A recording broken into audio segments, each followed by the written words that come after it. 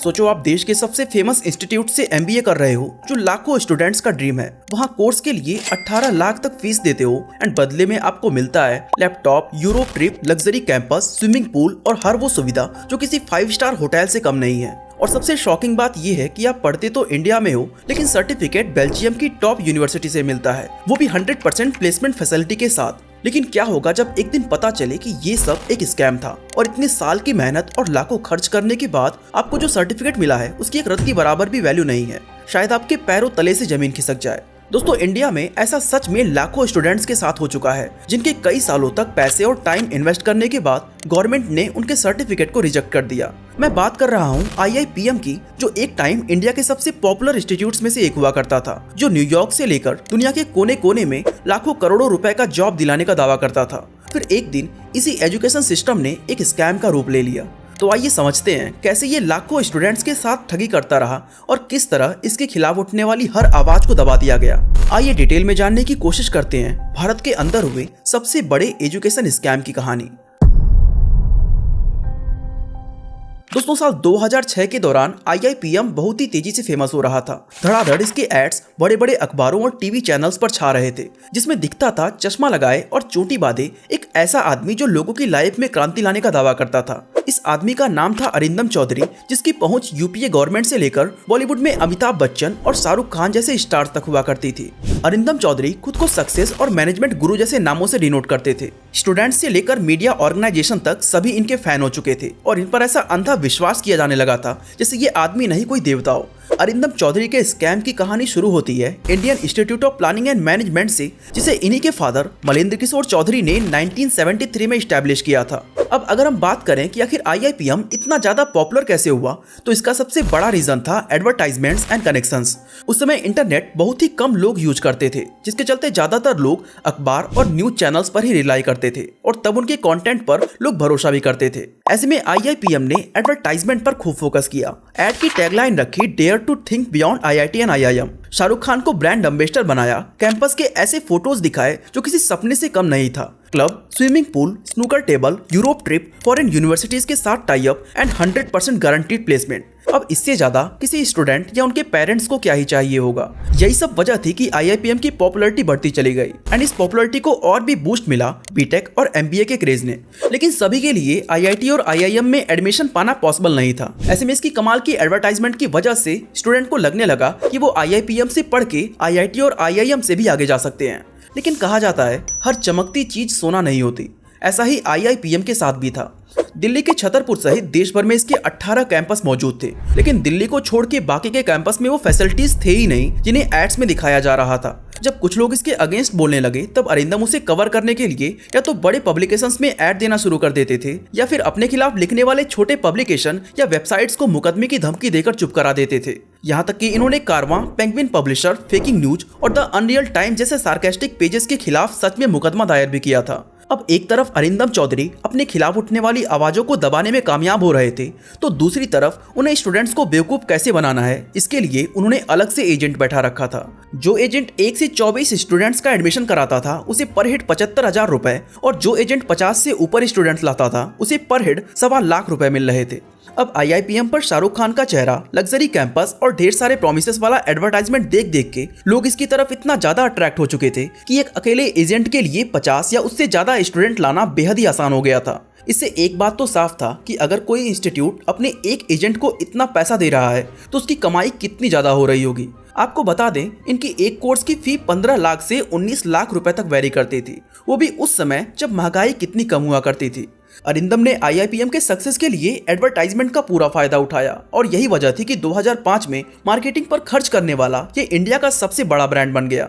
2008 से 2009 में IIPM ने 202 करोड़ रुपए का रेवेन्यू जनरेट किया था, जिसमें लगभग 102 करोड़ रुपए सिर्फ एडवर्टाइजमेंट पर ही खर्च कर दिए थे। हर न्यूज चैनल्स और अखबारों पे IIPM के ऐड और उसके साथ लगी अरिंदम की बड़ी सी फोटो ने इन्हें हीरो बना दिया था। इस तरह से अरिंदम दिन रात तरक्की करते गए, उन्हें टीवी शोज में बुलाया जाने लगा और वो लोगों को सक्सेस मंत्र सिखाने लगे और लोग भी उन्हें ऐसे ट्रीट करते जैसे वो कोई बहुत बड़े सेलिब्रिटी हो। एंड यही वजह थी कि एक सेमिनार का वो 75 लाख रुपए तक चार्ज करते थे। इसी दौरान अरिंदम ने अपना मैगजीन छापना भी शुरू कर दिया, जिनमें से 2 बेस्ट सेलिंग मैगजीन बनी, बिजनेस एंड इकोनॉमी और दूसरी बिजनेस एंड मार्केटिंग। इनका अगला एम था फिल्म इंडस्ट्री में एंटर करना। इन्होंने फालतू और दो दूनी चार जैसी मूवीज को प्रोड्यूस किया और इन फिल्मों को नेशनल अवार्ड भी मिला। वो ऐसा दौर था जब किस्मत अरिंदम पे कुछ ज्यादा ही मेहरबान हो चुकी थी, लेकिन ये खुशनसीबी ज्यादा दिन तक नहीं रही। आखिरकार एक दिन इस सक्सेस का गुब्बारा फूट गया और उसके बाद जो सच्चाई निकल के सामने आया उससे लाखों लोगों के सपने टूट गए, लाखों स्टूडेंट्स का फ्यूचर खत्म हो गया और कर्ज में डूबे पेरेंट्स सर पीटते रह गए। लेकिन क्या थी वो सच्चाई और क्या था वो पूरा स्कैम, आइए समझने की कोशिश करते हैं। एक्चुअली साल 2003 में द आउटलुक नाम की एक फेमस मैगजीन ने देश भर के कॉलेजेस का एक सर्वे करवाया एंड इस सर्वे में इंडस्ट्री इंटरफेस के मामले में IIPM को चौथे नंबर पर रखा गया था। उस समय महेश्वर पेरी आउटलुक ग्रुप के पब्लिशर थे। जब उन्होंने इस सर्वे को पब्लिश किया तो उनके पास इससे जुड़ी कई लोगों की शिकायतें आने लगी। एक पेरेंट ने शिकायत की कि IIPM 100% प्लेसमेंट के नाम पे धोखा दे रहा है, क्योंकि कोर्स खत्म होने के काफी टाइम बाद भी उनके बेटे की प्लेसमेंट नहीं हुई है। इस तरह की कई सारी शिकायतों को सुनने के बाद महेश्वर पेरी ने IIPM से उनका डेटा मांगा। जब उन्होंने इस डेटा को ऑडिट किया तो इससे सामने आया कि वो डेटा पूरी तरह से फर्जी है और IIPM 100% प्लेसमेंट के दावे करके लोगों को गुमराह कर रहा है, क्योंकि एक्चुअल में प्लेसमेंट सिर्फ 50% ही था। इसके बाद महेश्वर पेरी ने जब IIPM से 100% प्लेसमेंट का डेटा शो करने को कहा तो अरिंदम चौधरी ने ये कहते हुए इनकार कर दिया कि वो अपना डेटा किसी के साथ शेयर नहीं करते हैं। इससे महेश्वर पेरी को IIPM पर शक होने लगा और उन्होंने आउटलुक मैगजीन के जरिए एक नोटिस पब्लिश किया कि आगे से वो इस इंस्टीट्यूट को अपने सर्वे में शामिल नहीं करेंगे। इसके अलावा महेश्वर पेरी ने ऐसे कई आर्टिकल भी पब्लिश किए जिससे एजुकेशन सिस्टम में हो रही गड़बड़ियों को एक्सपोज किया गया था। ये सब देखकर अरिंदम ने महेश्वर पेरी के साथ एक मीटिंग अरेंज की और उनके द्वारा लिखे गए आर्टिकल्स को हटाने का दबाव बनाया। जब प्रेशर ज्यादा बढ़ गया तो महेश्वर पेरी ने आउटलुक से रिजाइन दे दिया और खुद की एक मैगजीन शुरू की जिसका नाम रखा कैरियर्स 360। इस मैगजीन का फर्स्ट एडिशन अप्रैल 2009 में पब्लिश हुआ था, जिसकी थीम थी promise and delivery in educational institute. इस मैगजीन में वो अलग अलग इंस्टीट्यूट की कहानियां पब्लिश करते थे एंड इन्हीं में से एक था IIPM। और क्योंकि अपने आर्टिकल्स के लिए वो उन इंस्टीट्यूट को क्वेश्चनियर भी भेजते थे, तो ऐसे में उनके सवालों से परेशान होकर IIPM कोर्ट पहुंचा और महेश्वर पेरी के साथ साथ आउटलुक पर भी केस कर दिया। अब दोस्तों यहीं से इन दोनों के बीच कानूनी लड़ाई शुरू हो जाती है। अब महेश्वर पेरी ने भी दिल्ली हाई कोर्ट में IIPM से पूछताछ की इजाजत मांगी। इन सारे मुद्दों पर कोर्ट का कहना था कि अगर कैरियर 360 पब्लिक इंटरेस्ट में है तो आर्टिकल पब्लिश करे, लेकिन अपनी सफाई पेश करने के लिए आधा पन्ना IIPM को भी दिया जाना चाहिए। इसके बाद जून 2009 में एक आर्टिकल छपा जिसका टाइटल था IIPM best only in claims. Career 360 ने IIPM के दावों पर कई सवाल उठाए, जिसमें सबसे बड़ा और हैरान करने वाला सवाल था डिग्री को लेकर। अब देखा जाए तो IIPM दावा करता था कि उसके इंस्टीट्यूट में पढ़ रहे स्टूडेंट्स को वो IMI बेल्जियम नाम के एक इंस्टीट्यूट से डिग्री देता है। अब उस वक्त इंटरनेट का यूज बहुत ही कम होता था, इसलिए कौन ही इसके बारे में जांच करने की कोशिश करता। ऐसे में सालों तक ना तो जांच हुई और ना ही ये भेद खुला। लेकिन यहीं पर अरिंदम ने एक गलती कर दी। साल 2009 में कुछ एडवर्टाइजमेंट्स में इस बात का दावा किया गया कि अब IIPM की डिग्री IMI बेल्जियम से नहीं बल्कि इंग्लैंड की टॉप यूनिवर्सिटीज में से एक द यूनिवर्सिटी ऑफ बकिंगम से मिलेगी। अब चूंकि महेश्वर पेरी पहले से ही IIPM पर रिसर्च कर रहे थे, इसलिए उन्होंने यूनिवर्सिटी ऑफ बकिंगम से कॉन्टैक्ट करके सच जानने की कोशिश की एंड वहां से उन्हें पता चला कि उनका IIPM से कोई कनेक्शन था ही नहीं। इसके बाद महेश्वर पेरी ने इस सच्चाई को अपनी मैगजीन में पब्लिश कर दिया, जिसे देखकर लोग IIPM से सवाल करने लगे। ऐसे में IIPM ने अपने एडवर्टाइजमेंट्स में दोबारा से IMI बेल्जियम का नाम लिखना शुरू कर दिया। लेकिन दोस्तों महेश्वर पेरी यहीं तक नहीं रुके। जब उन्होंने IMI बेल्जियम के बारे में पता किया तो सामने आया कि खुद बेल्जियम की गवर्नमेंट ही IMI बेल्जियम से मिलने वाले डिग्री को वैल्यू नहीं देती है और जो भी इस डिग्री का यूज करता है उस पर केस भी हो सकता है। खैर, जब डिग्री को लेके इस तरह की खबरें बाहर आने लगी तो IIPM के कुछ कैंपसेस में स्टूडेंट्स ने जमकर हंगामा शुरू कर दिया। लोग सड़कों पर उतर आए और IIPM के खिलाफ नारेबाजी करने लगे। 2009 में जब देहरादून कैंपस में हंगामा हुआ तो उत्तराखंड की सरकार ने उत्तराखंड टेक्निकल यूनिवर्सिटी से इस मामले की जांच रिपोर्ट मांगी, जिसके बाद पता चला कि IIPM ने तो उनसे मान्यता ही नहीं ली है। मतलब कि एजुकेशन के नाम पे एक बहुत ही बड़ा स्कैम हो रहा था।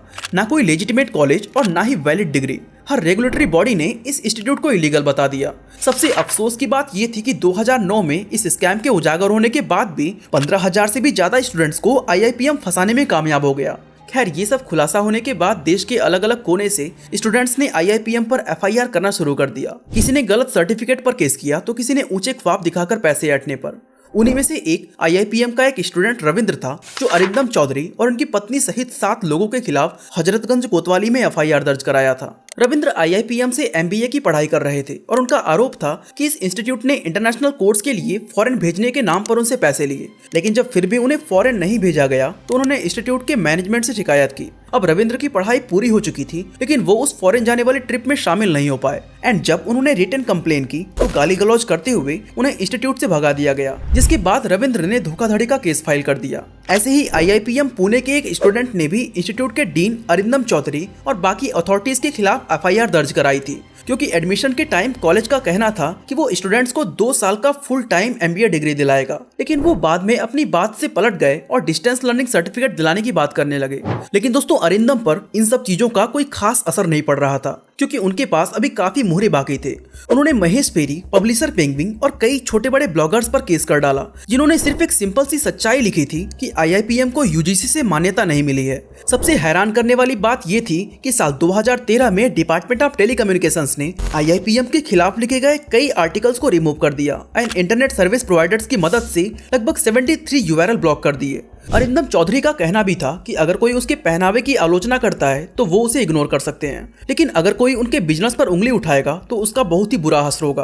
और वही काम वो अपने खिलाफ उठने वाली हर आवाज के साथ कर रहे थे।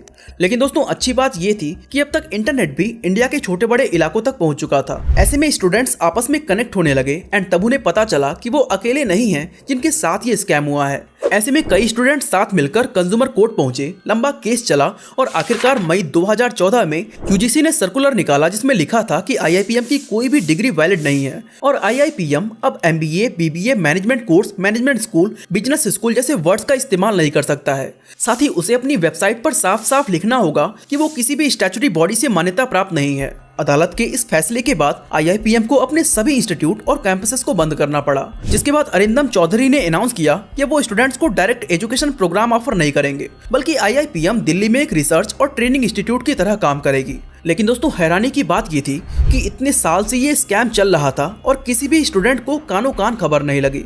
आप सोच रहे होंगे कि आखिर ये सब पॉसिबल कैसे हुआ, तो आपको बता दें इसके पीछे अरिंदम चौधरी का एक बहुत ही कमाल का स्ट्रैटेजी था। एक्चुअली जिन स्टूडेंट्स का प्लेसमेंट नहीं होता था तो IIPM उन्हें अपने कैंपस में ही जॉब दे देता था। ऐसे में वो खुद भी इस स्कैम का पार्ट बन जाते थे एंड यही वजह थी कि ना बात कैंपस से बाहर गई और ना ही मीडिया में नजर आई। लेकिन शुरू से लेकर आखिर तक जो इंसान IIPM के खिलाफ डटकर खड़ा रहा वो थे महेश्वर पेरी, जिनके बदौलत और भी कई स्टूडेंट्स का फ्यूचर बर्बाद होने से बच गया। अपनी हार के बाद जनवरी 2016 में IIPM ने महेश्वर पेरी और आउटलुक पर जितने भी केसेस किए थे उन सबको वापस ले लिया। साल 2019 में IIPM के 2 अलमनाई ने कलकत्ता हाई कोर्ट में एक पिटीशन फाइल की, जिसमें कहा गया था कि उन्होंने शाहरुख खान का चेहरा देखकर IIPM में एडमिशन लिया था, इसलिए सजा के हकदार वो भी हैं। इस बारे में महेश्वर पेरी का कहना था कि शाहरुख खान को कम से कम 3 दिन का जेल जरूर होना चाहिए, ताकि कोई भी सेलिब्रिटी ऐसी चीजों का एडवर्टीजमेंट करने से पहले कई बार सोचे जो लोगों की जिंदगी बर्बाद कर सकता है। अब अगर हम बात करें कि फिलहाल अरिंदम चौधरी क्या कर रहे हैं, तो आपको बता दें उनका एक यूट्यूब चैनल है जहां आज भी उन्हें एक सेलिब्रिटी जैसा प्रेजेंट किया जाता है। साथ ही वो एक नया प्रोग्राम भी लेकर आने वाले हैं जिसका नाम है इंडिगो। इसमें अरिंदम सहित देश और विदेश के 9 एक्सपर्ट मैनेजमेंट की नॉलेज देंगे, जिसकी फीस होगी 4.8 लाख रुपए। और सरप्राइजिंगली आज भी ऐसे कई स्टूडेंट्स होने वाले हैं जो इस भारी रकम को चुका के इस प्रोग्राम में एनरोल करेंगे। लेकिन दोस्तों मेरा इतना ही कहना है कि किसी भी प्रोग्राम या इंस्टीट्यूट में एडमिशन लेने से पहले उसकी अच्छे से जांच कर लें, क्योंकि एक छोटी सी लापरवाही से ना सिर्फ आपका पैसा वेस्ट हो सकता है बल्कि आपका फ्यूचर भी दांव पर लग सकता है। बाकी दोस्तों आज के लिए बस इतना ही।